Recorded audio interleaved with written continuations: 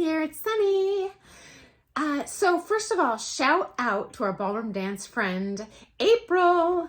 Thanks to her, I am reposting this video, so I apologize if it shows up twice on your newsfeed. I don't think it will, but I apologize if it does.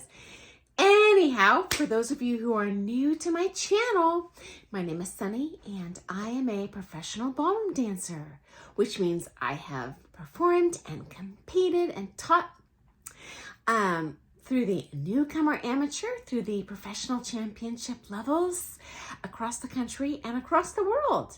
And I've also previously owned the largest ballroom dance studio in the United States for over 15 years.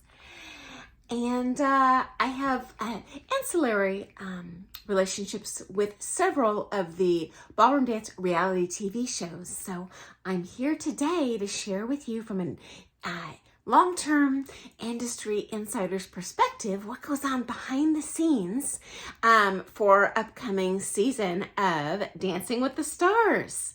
To tell you the truth, I haven't watched this in several years, although I have been down there to see it live maybe 10 times.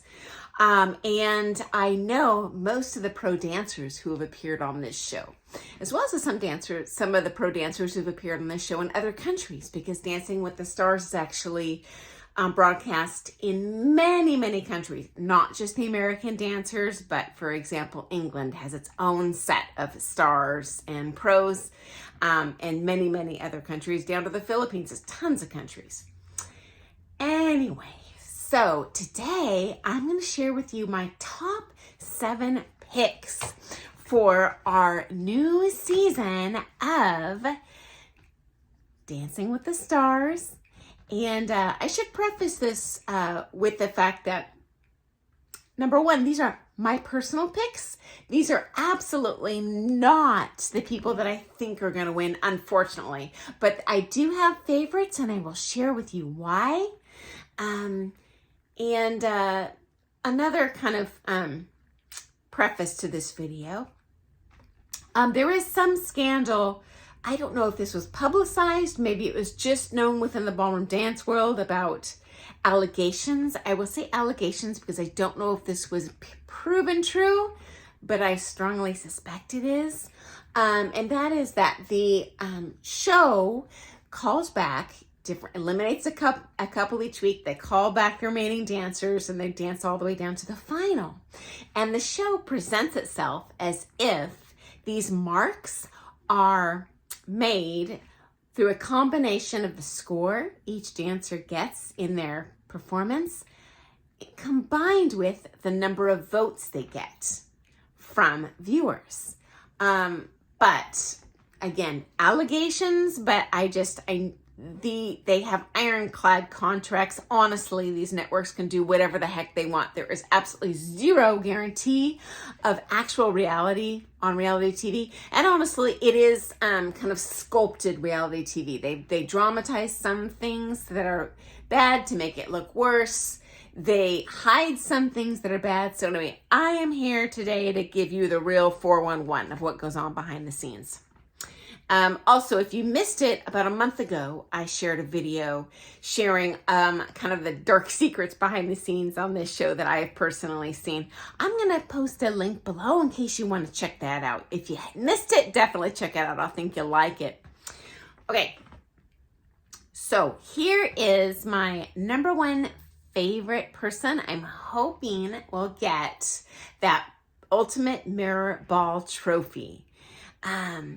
And that is Tyson Beckford. So you may know him as kind of the first African-American top supermodel of the day. And this was the early 90s, okay? And he's 52 years old now. But anyway, he seems like he has a nice personality. I would also like to see a person of color kind of represented in a super positive way in the world of ballroom dance, because we don't get to see that a lot. Sometimes we get Like, I love Dancing Queens, but it was basically a bunch of Caucasian middle-aged ladies. And I love to see the diversity in this program because you can ballroom dance at any race, at any age. Some of the top dancers in the world are Black dancers from South Africa. Many of the top dancers in the world are from China. That's a huge powerhouse in ballroom dance. So anyway, that's what I would ideally like to see. Okay, my number 2 pick, Jason Mraz. So if you don't know him, he is a singer. And the reason I'm picking him as my second choice is because I love his song called You and I Both. I think it's adorable. I love it. Also, when you learn to dance as a male pro, it is a much harder road to go uphill initially. Okay, later, the man and ladies part definitely have parity and they equal out. But because the male pro is physically stronger, usually, than his lady amateur dancer, or in this case, the male pros are going to be physically just more muscular and strong than the lady stars they are paired with, it is easier for them to manipulate these people through the figures until they have an intellectual understanding and mastery of their movement. The lady teachers do not have as much an advantage there because, statistically speaking, as a female, I'm going to be less strong and muscular, especially up top, compared to the men. So it takes me more time to teach the male because I need to actually have them master their part. The upside is if you learn to dance well as an amateur male, you slay it.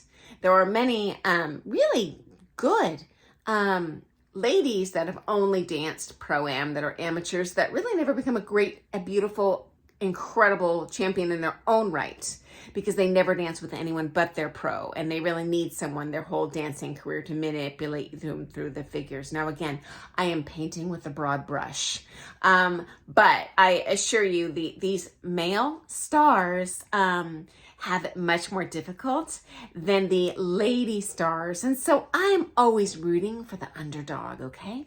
So related to this, my next favorite pick, number 3 pick, that I'm hoping will win is Barry Williams. You might remember him from the Brady Bunch. He was the oldest boy with the dark curly hair. But I have bad news for you. I am pretty darn sure he is going to be the first to be voted off. I don't like it, but it is what it is. Here's why. He is the oldest of the cast members by quite a bit. He is 72. And you can learn to dance beautifully at any age.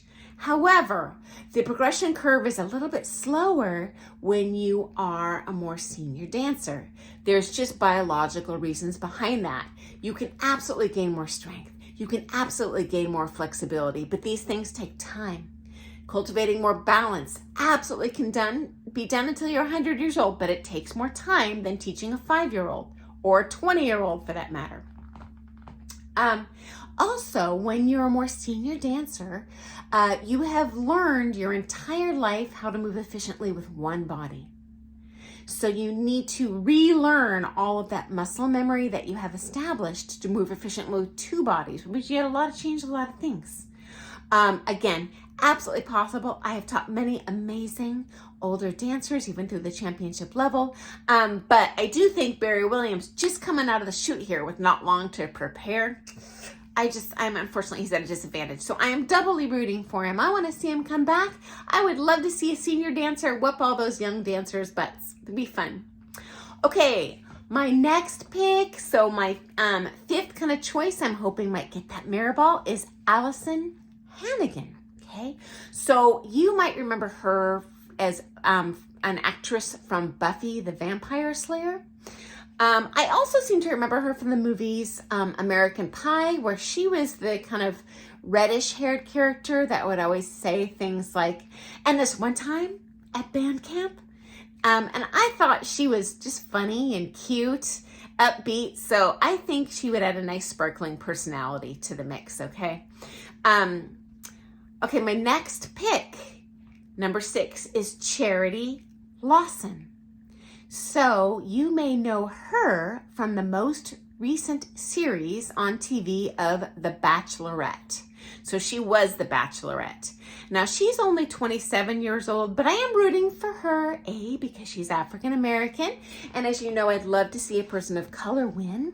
And number two, she doesn't have a dance background to my knowledge that these other characters might have, particularly like Allison Hannigan being a younger actress. When kids act, they often go through many dance classes and stuff. Jason Mraz, although he is kind of a rock star, guarantee he's taken more than his fair of dance classes. And again, I love to see the underdog win. And so her, I suspect, not coming from a dance background, I would love to see the audience get to see someone coming from 0 miles an hour to 100 miles an hour by the end of this show. That would be awesome. Okay, my final 7th favorite pick this season is Mira Sorvino. So this is Paul Sorvino's daughter, okay? You might remember her as the actress, one of the actresses in Romy and Michelle's high school reunion. And I just thought she was funny and cute. So I would like to see her win as well. Okay, now guys, spoiler alert, I also have some very least favorite cast members this year I'm totally not voting for. Hope they get voted out. And I'm going to share that tomorrow. So I hope you found this to be interesting. And I'll see you soon. If you like, please press thumbs up. Please press that subscribe button. That makes me so stinking happy. I'm not monetized, so I just do it because I love providing entertainment and maybe helpful or interesting info for you guys, okay? So have an awesome day. I look forward to seeing you soon. Doodles.